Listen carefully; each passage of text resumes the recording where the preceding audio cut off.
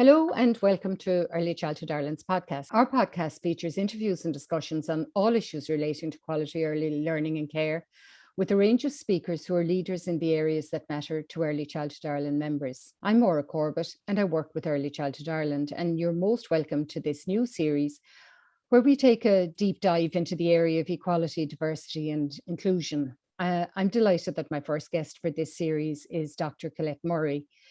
Colette lectures on the Early Childhood Education and Care degree programme in TU Dublin. She has more than 30 years' experience in the sector, both nationally and internationally. She's worked as an educator, trainer, lecturer, advocate, and researcher. She has advocated for a comprehensive DEI approach in early childhood practice, training, and policy. She was involved in introducing the anti-bias approach to the Irish ECEC sector.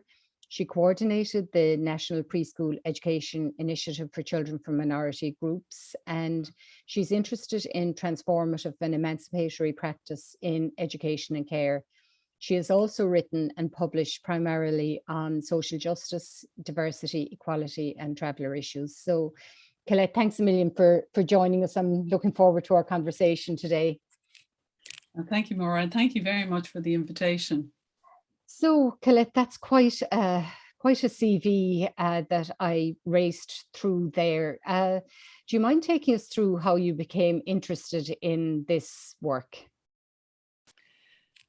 Well, as you say, it's a long time now. So if we were to go back to the beginning, it would take us a bit of time. So I'll just touch on a few things so that interest me and that stimulated me, I suppose, to get involved in looking at mainstreaming. I suppose that was my main aim, mainstreaming a diversity and equality approach in early childhood. And it happened like many years ago, over 30 years ago, as you say. I was working in Canada for 4 years, and it was the first time I came across children actually saying, I suppose, negative things to each other based on their ethnicity and their identity. And it really struck me that I hadn't really, in my training, I hadn't really understood, or I hadn't really, I suppose, we hadn't really been trained in addressing diversity and equality issues. It was something that nobody was really looking at that time.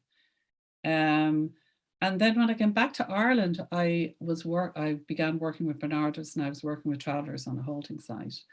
We had a preschool bus, and we went onto the site and we worked with the children, and it's a wonderful experience. And but there I really saw the stigmatization, the discrimination against traveller children. So it was really from my experience with traveller children, seeing them going from the preschool into school, coming back to the site when we were still there, and recognizing that something had changed. And what had changed, it was something around them, a feeling we got. It wasn't only me, but the feeling of us working on the bus, we got this feeling of the children recognizing something negative about themselves for the first time. And I suppose at that time, some traveller children were segregated in schools. There was a line across the yard where traveller children played on one side and settled children played on the other. Traveller children were taken taken out of the class to be showered. There was a real, not other children, just traveller children. There was a real stigmatization of traveller children. And then, of course, there was no supports at that time, around identity and sense of belonging. I think that's very new. And so one of the things that I got involved with in Pavi, or in Bernardos, was the first training program for travellers in early childhood care and education. It was about 1995. And it was specific to travellers, and some of the travellers are still working in the sector. And it was really about encouraging travellers to come into the sector and be those role models for children. So my beginnings all happened around that time, of trying to investigate and think about why we need a diversity and equality approach in early childhood. And I was very lucky to be invited to a European conference. Well, it was more like a small seminar or a working group, actually. And the person that was there as one of the experts was a woman called Louise Dermot-Sparks, who actually developed the antibiotics approach.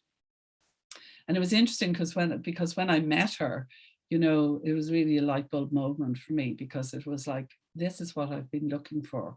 You know, I had been doing certain things with the children, drawing on different people's work, but the framework of the anti-bias approach seemed to me to address the issues, particularly issues around discrimination, race and sexism, homophobia, you know, those areas of those troubled areas, I suppose, of society. And seeing traveller children being treated like that and looking for a way to maybe open up space to discuss these issues was really important to me. So that was the really beginning of it. And then I began to work with Louise and also with some other colleagues at a European level as part of the DSET network. And we began to look at how we might develop training and how we might incorporate an anti-bias approach into early childhood. And actually then I finished in Barnardo's, and I've been through a few recessions where people have been let go here, there. And I ended up working in Pavy Point. And before I went into Pavy Point, I hosted the first, actually, Equality and Diversity and Inclusion Conference for Early Childhood in Dublin Castle. Silda Langford, you'll probably remember Silda, actually gave me Dublin Castle, and we ran the first conference called Education Without Prejudice.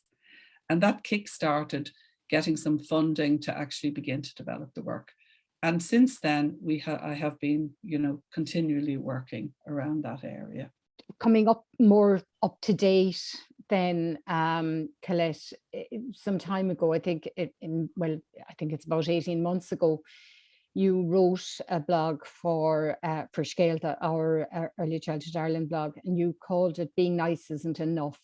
Being nice is not enough." Can you kind of take us back to, you know, your thoughts at that stage and why being nice isn't enough? I wrote that blog around the time of the murder of George Floyd.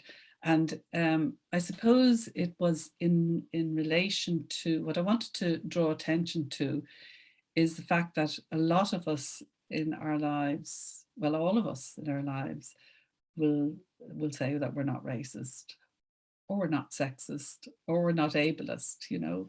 We're inclined, all of us, because of course, none of us want to see ourselves as the kind of people that say or do negative things towards other people. I mean, that's natural, that's human nature. But I think that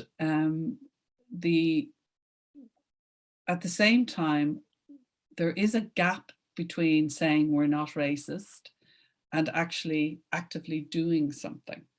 So I think sometimes that we say, oh no, we're not racist, and we're nice to people. But actually, there's all sorts of underlying issues or layers when it comes to stereotyping, prejudice, discrimination, racism, and sexism, you know, and they're part of society, you know, it's not, this area, anti-bias work is not about you just as an individual.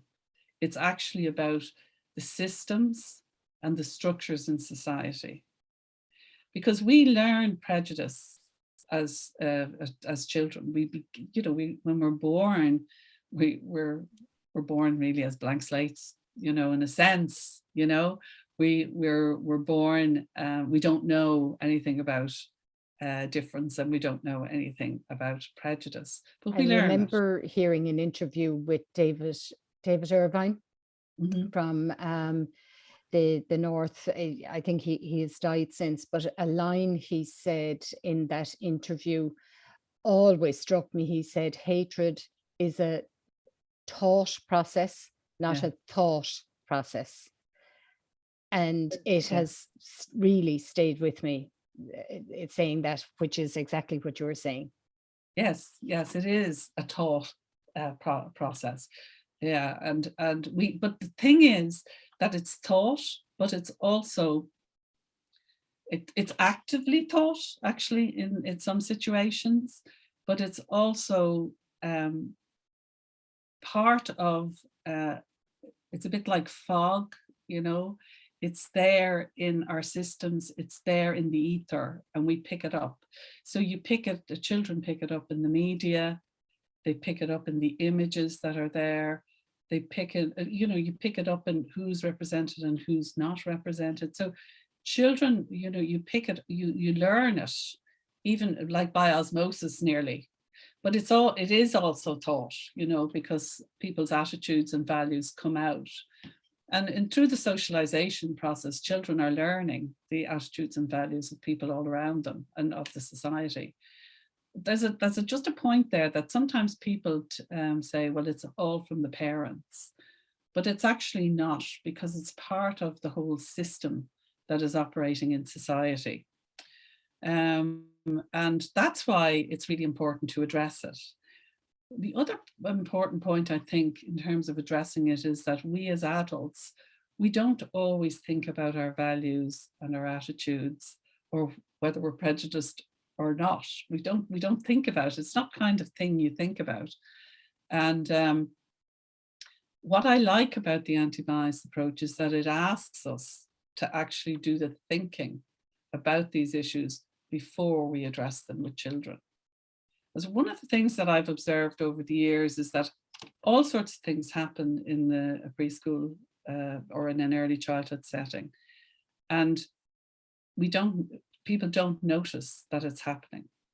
And unless they have engaged with the process of thinking about these issues themselves and unpacking things like what is a prejudice, what is a stereotype first, a prejudice, discrimination, racism, or sexism or ableism, if they don't have understood those processes, it's very hard sometimes for people to see it, because it's become part of the way we live. And the actual, one of the most interesting ones, or one of the ones that's easier to pick out, is the gender piece. Because oftentimes people say, well, there's no, children can play with whatever they want in the setting, and there's no issue here. But how then do children learn some of their attitudes towards each other? And at a very, very young age, boys are saying to girls, well, you can't do this, and vice versa, and these things happen. They happen at a very early age. So and it can be, it's that bit of, I remember being in a setting one time in the construction area was being referred to as the boys area, yeah, kind of as a verbal shorthand. And when we teased it out, they were saying, oh no, of course the girls can play there. But, I was saying, well, isn't it that much harder for girls to go to an area that yeah, you're inadvertently referring to as the boys area? yeah. So a lot of things are subconscious, because we've been socialized into them as well. But I suppose then the more challenging issues are around, the whole area of racism, and people tend to get uncomfortable about talking about racism because they feel that sometimes it's a challenge to them, that there's something wrong with you, So I tend to like to talk about things in racism, about being more anti-racist. And then, I'm not racist, to be more anti-racist, which is much more about actively doing something to change a situation. And that's what's really good about the whole idea of anti-bias. So anti-racist really is about, ethnic diversity. But if you use anti-bias, it's the same process, except you address disability, sexism, homophobia, religion. You address a much broader set of issues, including ethnicity. And, sometimes when we think about diversity and equality, we think about culture. Think, all these people with different cultures, we need to address culture and we need to celebrate culture, which we do need to do. But we also need to look at the areas that are affecting the children's lives that come into you. So you can have a different culture, but your culture may not be appreciated. Your language may not be appreciated. Your very existence may not be appreciated, and we have that in Irish society. So, how do we, that is the beauty of the anti-bias approach, because you're not just doing a celebration, you're actually looking deeper into, how do we actually actively support a child's identity and sense of belonging? How do we support children to be more comfortable with difference if they're feeling uncomfortable? And children do, and it might be out of curiosity, but they do. So how do we support them? And then how do we enable them to be able to talk about these issues? So we need to give them language. We need to be open enough to have those conversations ourselves. And that's why it's important for us to do the work first. Because if we don't understand the processes, it's much harder to have the conversations with the children. And then the final goal of the anti-bias approach for both children and adults is, standing up for one another and actively engaging children in that process of standing up. And I think that people are, there's no doubt that there's a lot of good work happening out in the early childhood sector around these issues. But there's still a kind of reluctance to go beyond the celebration or the acknowledgement. And I think that's a little bit problematic, and it's something that we need to embed more deeply in, for example, our training, our mainstream training, and then our more professional development training. I think it's happening, but that sort of training takes time. And we need to do that personal reflection as part of that training. That's the key and the most vital part of it. I suppose kind of follow up, I think since with the advent of AIM and LINK and the equality, diversity and inclusion training, that, I'm sure every setting in the country at this stage has had exposure to the anti-bias approach through the EDI training, and most have done LINK at this stage, if not all.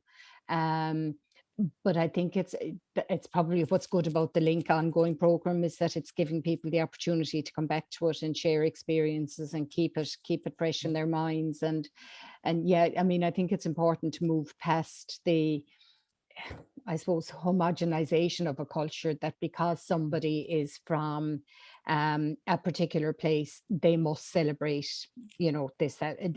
It's like assuming everybody in Ireland celebrates Patrick's Day in the same way. That we need to kind of move a bit deeper to see what matters, what traditions and customs matter to individual families.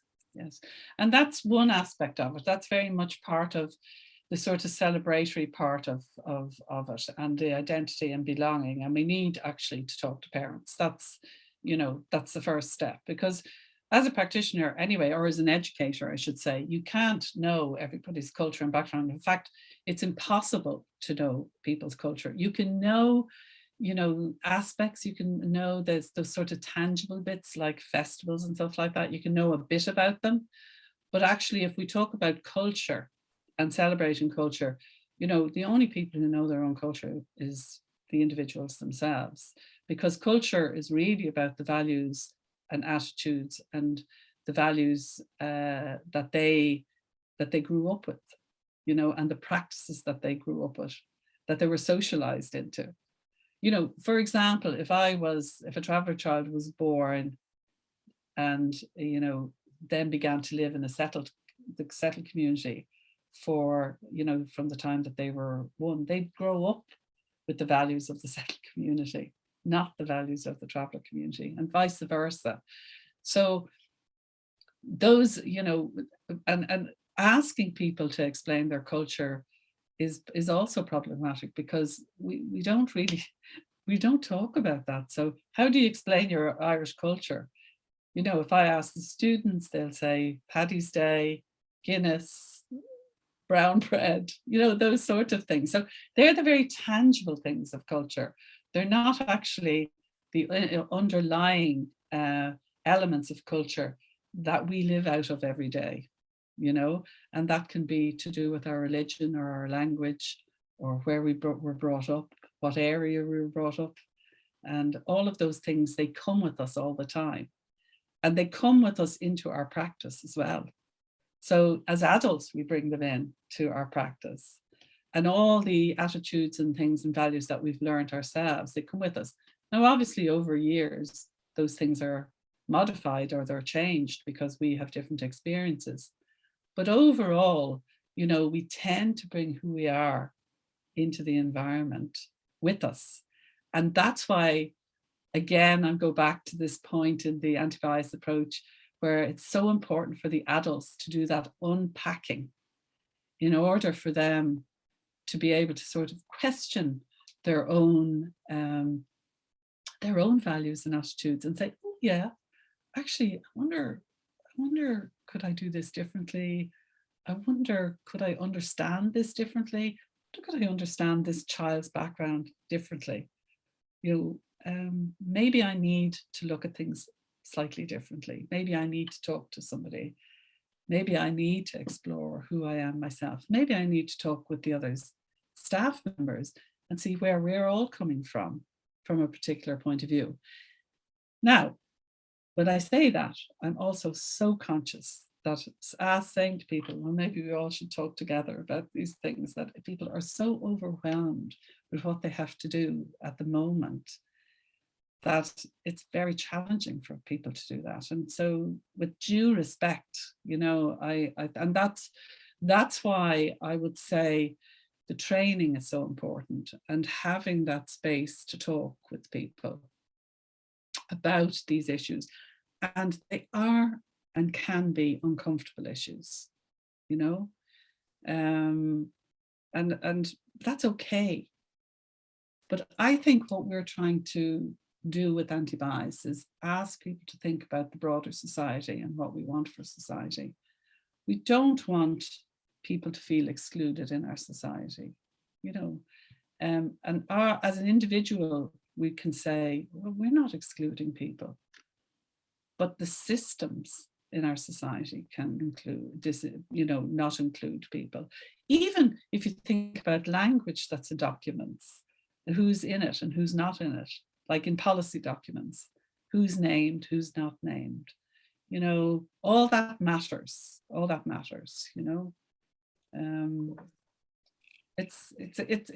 I sometimes say, well, it's complex, but actually I also say it's quite simple. Yeah. And I suppose as we're coming near the end, to kind of go back to, every journey starts with a single step.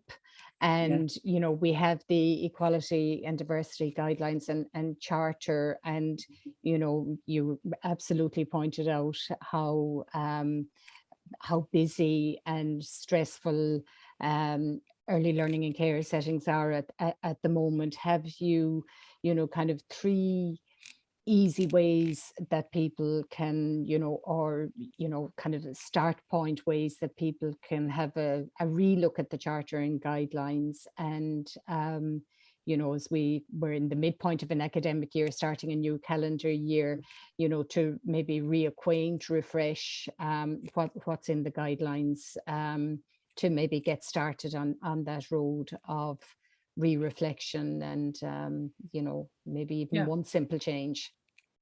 Well, actually, I could talk about just a couple of things. The first thing is that I know the DEI training hasn't been happening because it is experiential training, which is really important. And it absolutely has to be. It would, very difficult to do that kind of work online. Very difficult.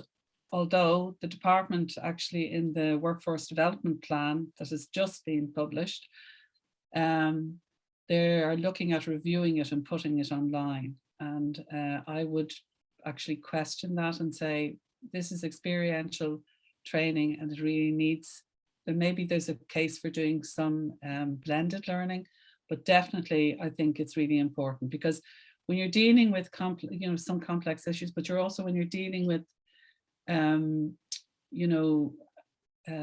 unpacking things, it's very hard to do that online. I mean, I find it myself now with students, very hard to do that online. And also, one of the things that I have asked, I was hoping that would be in the workforce development plan, is that the training would be mandatory. But there is a resistance to doing mandatory training, which is a pity. But anyway, as you say, step by step. So it's taken some time to even get to this point. If you look at the length of time that I've been working on this and started pushing for a mandatory or for a mainstream system. So let's be grateful for what we have, but to go back to what the early childhood setting can do.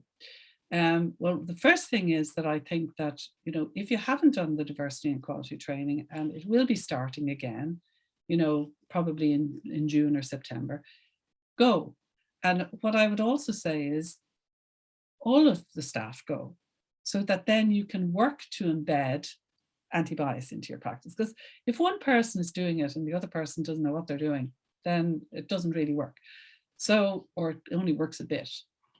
But for now, what I would say, if people, to get people started, is just take out the guidelines. Take the guidelines off the shelf and actually maybe look at, something around your environment. Maybe focus on the environment. Maybe take one goal. Maybe think about how you want to incorporate diversity and equality issues into your vision statement.